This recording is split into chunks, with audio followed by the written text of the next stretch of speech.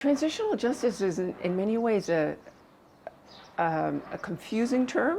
I don't know if I want to call it a strange term, but sometimes people think, well, that implies or suggests it's a different kind of justice, or it's a lesser kind of justice, or it's a compromised kind of justice, and that's not the intention at all. So it's a term of art that's gained, in practice over the last 2 to 3 decades. But it is not intended to put aside any form of accountability. Within transitional justice is included criminal accountability, prosecutions, strengthening the judiciary, working with international courts.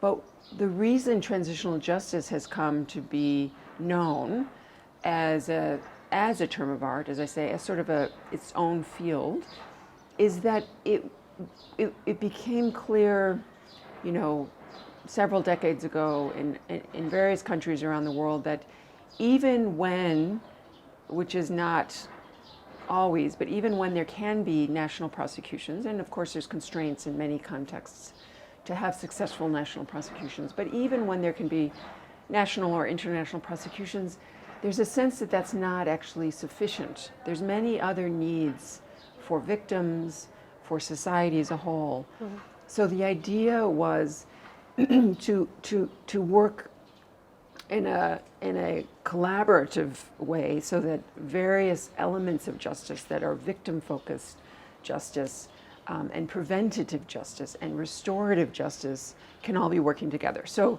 transitional, excuse me. So transitional justice includes criminal prosecutions.